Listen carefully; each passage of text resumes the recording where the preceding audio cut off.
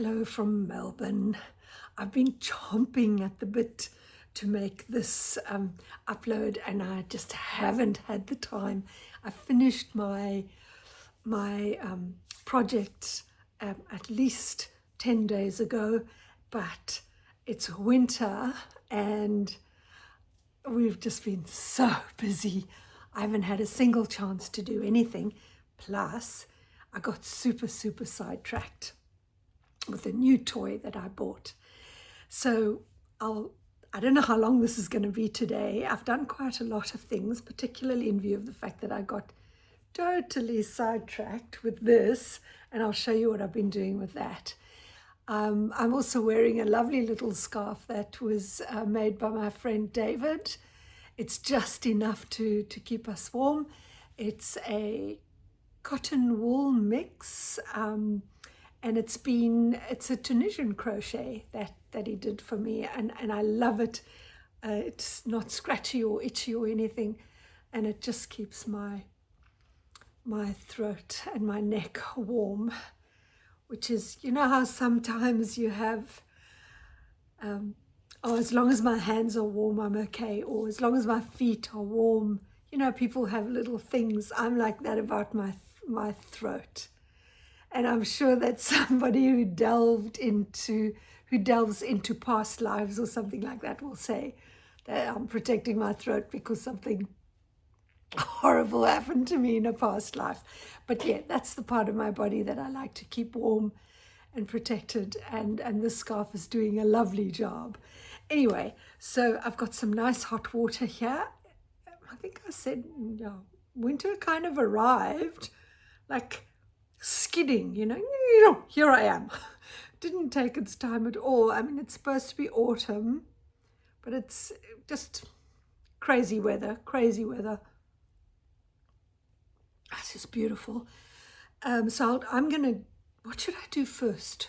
I'll leave the game for afterwards. I'll quickly tell you what I've been doing. I will show you the socks that I knitted with this pattern. Where is the picture? I'm not very well prepared. Here we go.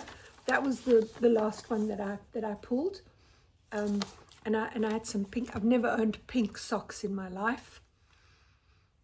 I now own a pair of pink socks. I like knitting it. It was quite an interesting little pattern. It was just a 2-row repeat. Knit one, purl one, knit one, purl one, and what was it? And then knit one, purl 3, knit 1. Something like that turned out really nicely. What I did like a lot was the heel. I like that heel. It's Eye of Partridge heel. And this little garter stitch edging. Am I going to show you the one with a hole? There we go, with a little garter stitch edge. I really like that. I didn't do anatomically correct toes because that's not what was in the pattern. I just did a regular, I think, is that called a wedge toe? That was a wedge toe. Anyway, I'm a proud owner of a pair of pink socks. I enjoyed knitting them. I'm going to stop criticizing other people's patterns. It's horrible. There were 1 or 2 things that I thought was, why did you say that? But look, I got socks. So I managed that, and I'll see if I need socks. If not, I'll just put them aside for my mom's craft market at the end of November. I think it's the end of November. Sorry, I've just had lunch as well. She'll have a little craft market, and if I don't have these, and also you don't know what's going to happen today, I feel like doing something else, not socks, but I'm chomping at the bit to do something because I didn't dare cast on anything else because I need to do this. But in saying that, I got totally sidetracked with what I'm supposed to be doing, and I'm not sure. I wove just on the rigid heddle loom. I wove this kind of tartan-ish black and yellow, but I don't know, I just didn't like what it looked like, and I don't think it was long enough. And also here in Australia, you've heard of Aussie rules, Australian football. This looks like, is it Richmond? I'm not very good at this, but I think, is it Richmond? It's the Richmond football team. Are they the Tigers? I don't know. I'm completely useless with this stuff. But their colors are yellow and black. And when I took it into work, somebody immediately said that, and I went, yeah, no, that's not happening. I don't want an identification with a sports scarf. Doesn't appeal to me on any level. So then I decided, well, I'll just put it aside and I'll use it for fabric. So that's exactly what I did.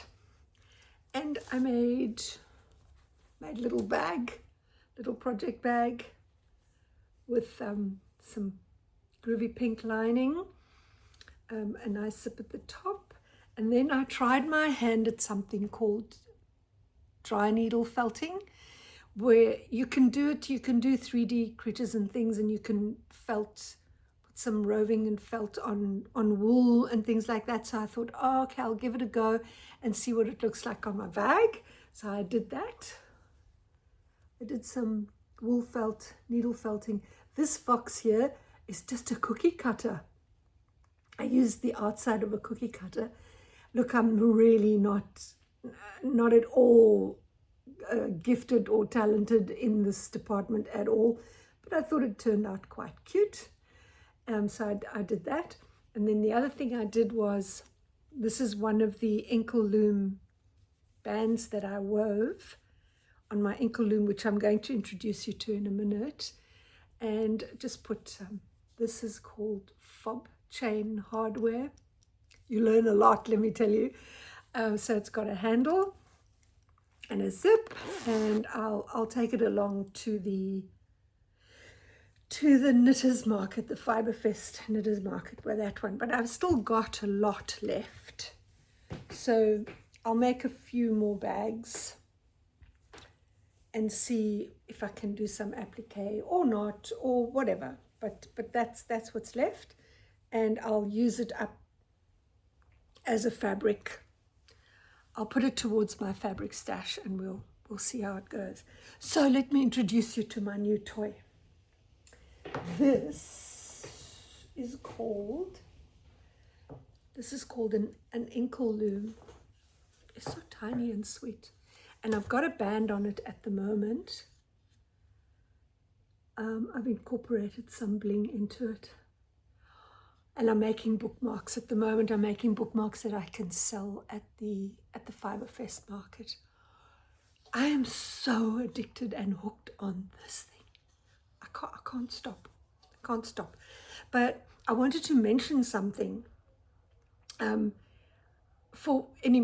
if you're not an Inkle Loom weaver, just scroll forward a little bit. But I just wanted to mention something. You can see over here on my Inkle, this here is the tension peg, and as you can see here, you can move it, right? And it moves as you move your band along. Let me just see if I can get this a bit more comfortable. Can you see me? You see this ladybird here? This is my tension alert ladybird, because when you do your band, this knob and the tension peg, let me show you. This is the tension peg here. It moves towards this way. And then when you warp up your next band, you have to return this tension peg back to about there where you can see the ladybird. If you don't do that, you won't have anywhere to go when your tension peg is down here. And it happened to me twice. And I thought, no, I need something to help me remember that I have to pull the tension peg back before I put the next warp on. So that's his job. that was a modification that I made that I thought could help a lot. So this is it, right? And I'll show you what I've been making. I'll just show you a few things. I've been making mainly, so these are keychain fobs. This looks like Missoni, hey? And that was a completely, I didn't plan anything. I just put a whole lot of warps on. I love what that one looks like. This one's called Baltic Pickup. And I've turned these into keychain fobs or bag handles or something, you know, you can just carry it like that. Then, and I've made bookmarks. And this is also Baltic Pickup bookmarks. And I like the ones that I put leather at the top and then fringes at the bottom. So I've got heaps. I tried this. This was the first one I ever made. It's a bit wonky. The thing about it is to try and keep it as straight as possible. And look there. Anyway, so or you have leather on both sides. But then I realized that this leather hangs outside of the book. Do I have a book nearby? No, I don't. This bit hangs outside of the book, and then the pages squish down on that piece of leather. So I thought that was not such a brilliant design idea, which is why I went to the leather on the top and then the fringes at the bottom. So I've made stacks of them. These were the first ones I made. With the leather on top and the fringes. I like these a lot. I love making them. Ooh. I've neglected my other looms completely because I just love working on that little machine. So, I don't think today is going to be so long because you can probably hear on my voice I had a little vocal accident. So it's a little bit tender, and I need to baby it a little bit for a couple of days. But shall we play the game? I got my dice. I don't know how I should throw it. You know, I'm not good at this. But anyway, I'm going to go for it. So we're going to do, we'll do the yarn first. We'll do the yarn first. Okay, so here goes. Let's see if I can get a... Okay, I've got 11. Oh, every time I say the word 11, I think about that Scottish voice-activated elevator. Have you ever seen that meme? It's so funny. Where the elevator lady, the AI voice, doesn't get the Scottish accent saying 11, and so they're stuck in the lift. It's very funny. And it turns into this whole big nationalistic fight between them and the lift. Very, very funny. Where's 11? 1, 4, 5. Why can't I find 11 now? This is embarrassing. 12. 11. I've got 11. Got 11. Then I've got my box of boxes over here. For those of you who just are stumbling upon this video in 2030, this is my box of boxes. And now I'm going to pick a number from this box. So if you don't know what I'm doing, this is a way for me to stash bust. So this whole basket is full of 4-ply. And I wrapped this 4-ply probably more than 18 months ago. So I don't know what's in it. And I thought at the time, I have to think of some way to use this yarn because I just have too much yarn. So I came up with this game that was inspired by another YouTuber that I watch. She did a Socktober with this game, so now I'm doing a stash bust with this game. All right, so now I've chosen, the first time I threw the dice, I got 11. Now I got 19. 11 and, oh, it's right there. So there's number 19. And now in this box is going to tell me, I can't remember what I wrote in the boxes either. So the instructions in this box are going to tell me what to do with this yarn. Shall we open the instructions first? We'll open. Oh, this is great. This one says, knit something that makes you happy. Rules. No rules for this one. That's so exciting. Okay, let's see. So now we can open up.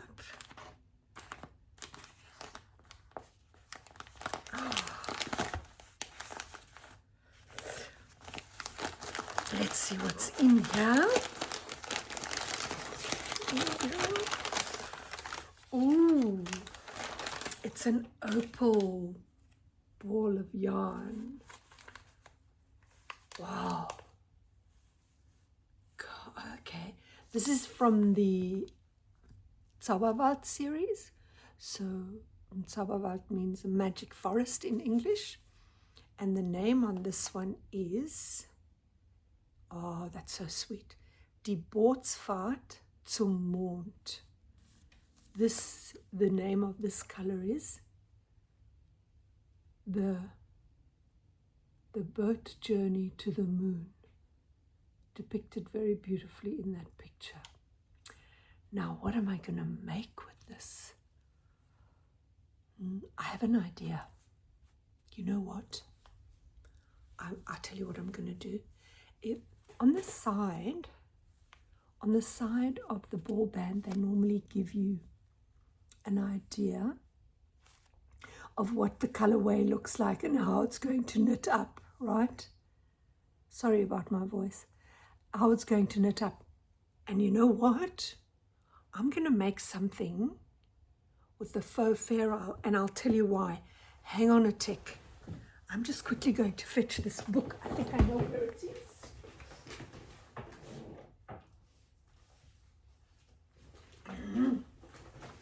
I've got a hot water bottle in my back. It's so cold. So let me just get comfortable here. A couple of weeks ago, I bought this book. Is it the right way around? The Doodle Knit Directory. Okay. And in here, I'm just going to go through the book, is a whole library of, can you see there? A whole library of ferrule motifs, like there, you know, just like, I mean, I've got hundreds of ferrule books, but these ones are, oh, look at that one. That's so adorable. So can you see how they're different motifs to traditional ferrule? I'll just hop along there. There was some, let's see. I don't do Halloween, you know. Let me see. Let me see some cute ones. Oh, I can do another game because, look, a box of cards. Look. So, oops. So all of the motifs, oh, that's what I'm going to do. All of the motifs that are in the box are also on cards. So you know what I'm going to do? I'm going to pick a few cards and I'll knit either a beanie or a scarf, actually. I'll just knit a scarf in the round up until I run out of yarn. But I'll pick motifs from, there's a lot of them. Look at this. These are all motifs that are in the book. Oh, that's exciting. Oh, you see, it said knit something that makes you happy. This is going to make me happy. The secret, however, so I'm going to use this for the motives, like whatever. I'll use that. But the secret is to pick a contrast color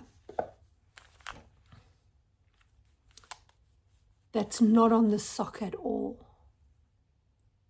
Not at all. That's going to be interesting, to pick a color that I can do these motives on, but the background color is muted so that these colors stick out. Okay, done. And then when I see you next time, I'll keep out. See, this is what the little motives look like. Let me show you one. So on the side there'll be, so that's the little motive knitted up, and then on the other side it's been graphed out, and so it's like a card deck. I hope I picked nice motives. I'm gonna put them in a box and just smush them all about, and then do like a blind pick. Oh, am I allowed to swap them? I'll think about that, because I mean there is a limit. So there is a limit. It depends on what the background color is, whether I'm allowed to swap the card. But really, if I was playing the game fairly, I wouldn't swap the card, right? No, I'm not going to swap the card. Okay, I really do think that's all. I've got a really busy month ahead of me. I'm going to go to the Fibre Festival, which is on the 28th of May. It's in the middle of winter at the moment. And I've got a big design project that I'm doing for my other work. So I will see you when this is done. Stay well. Look after yourselves. Make something beautiful that brings you lots of joy. Bye.